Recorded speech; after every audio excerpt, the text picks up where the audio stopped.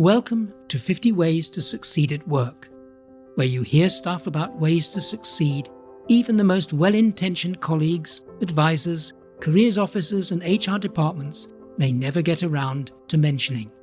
This is episode 19, Connector, Build Strong Work Relationships. The team leader puts an issue to his assembled group. Look, we must find a way of bringing our values to the front and centre of everything that we do. At the moment, it's just not happening. Our core values are great. I'm proud of them. We've got nothing to be ashamed of telling people about them. Yet there's no clear way to connect us to these values. We talk in generalities. Can you expand on that, Nadine? We need a better way to link our daily customer work across the team and to connect with our core values. That's right. Agreed. Right on, Nadine. Exactly, I agree. What do you mean linked? Linked? Linked to what? That I'm happy to create a plan to improve our connection and documentation.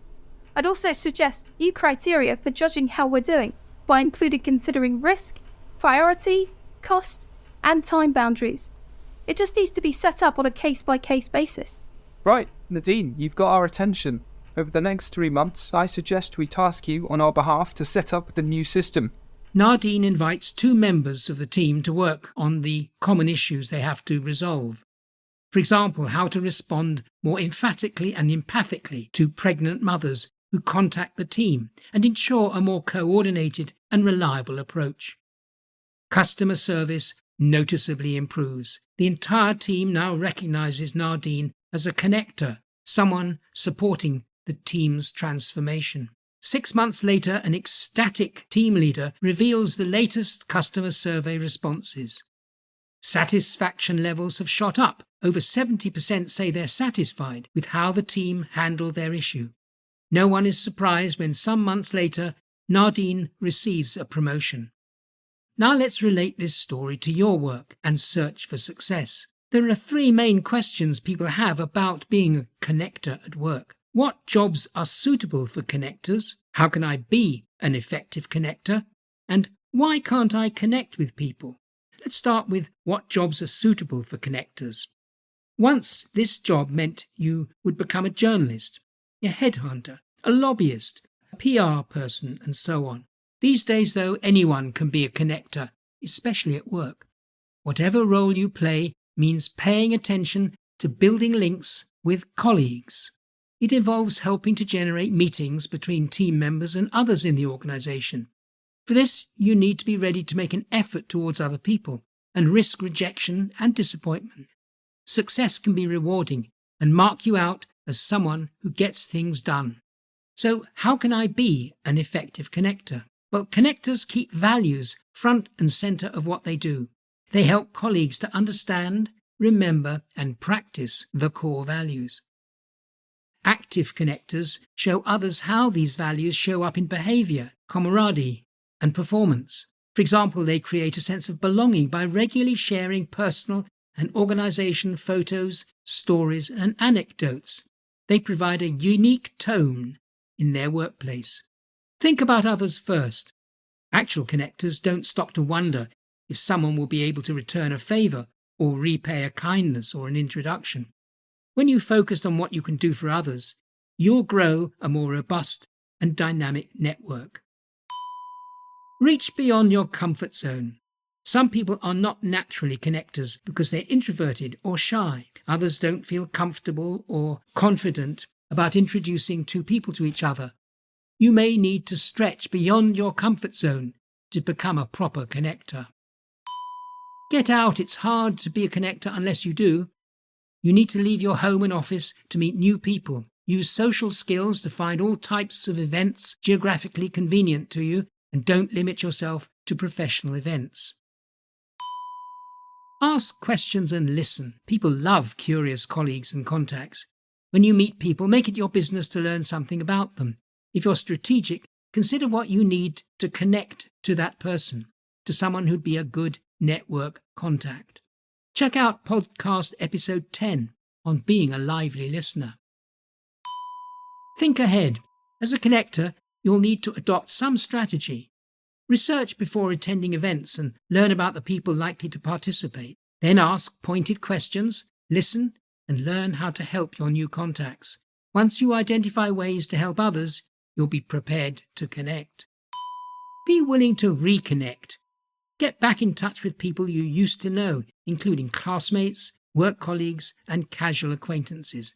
That way, you build up your contacts and build connections. Be a resource. Connectors act as a resource to others. You will undoubtedly have skills, interests, and connections that make you valuable to others. Who you are can be a great bridge to make connections. Follow up.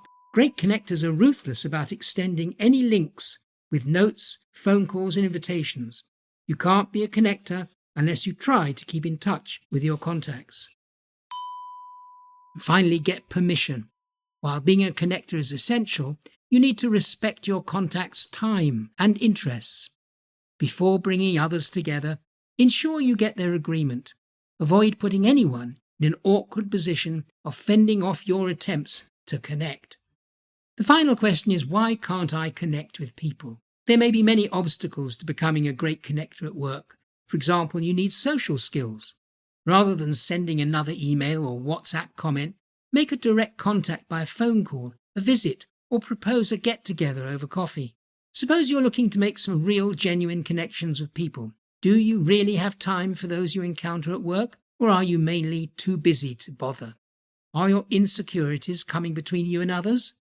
Connections work differs from traditional network. It requires meaningful interactions between individuals, not a superficial handshake. All humans are built for such experiences, including creating them. It's how humans survived and adapted. Making a real connection with somebody involves a certain amount of trust and vulnerability. That can be scary, but it leads to good things. It leads to growth, fellowship, and a stronger bond. Now, do you tend to see the negative side of people?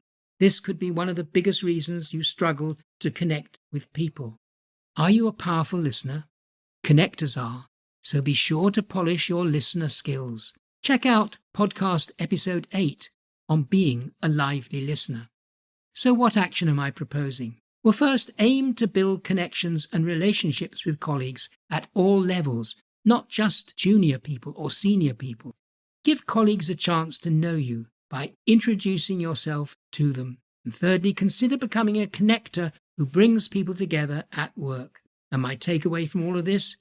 Invest in relationships at work and give yourself the best chance of longer-term success. You've been listening to an episode of Andrew's 50 Ways to Succeed at Work. For more episodes, subscribe free to my regular weekly podcasts. You can catch up on past ones at the 50ways.site, where you can also become a foundation member with access to e-learning units, further reading links, and the forum, where you can ask questions, share problems, and join a growing community of people who seriously want to succeed at work. Now there's a new book and an audio version called, you guessed it, 50 Ways to Succeed at Work. Buy it at Amazon or the 50ways.site. Unmissable. Thanks for listening, and bye for now until next week.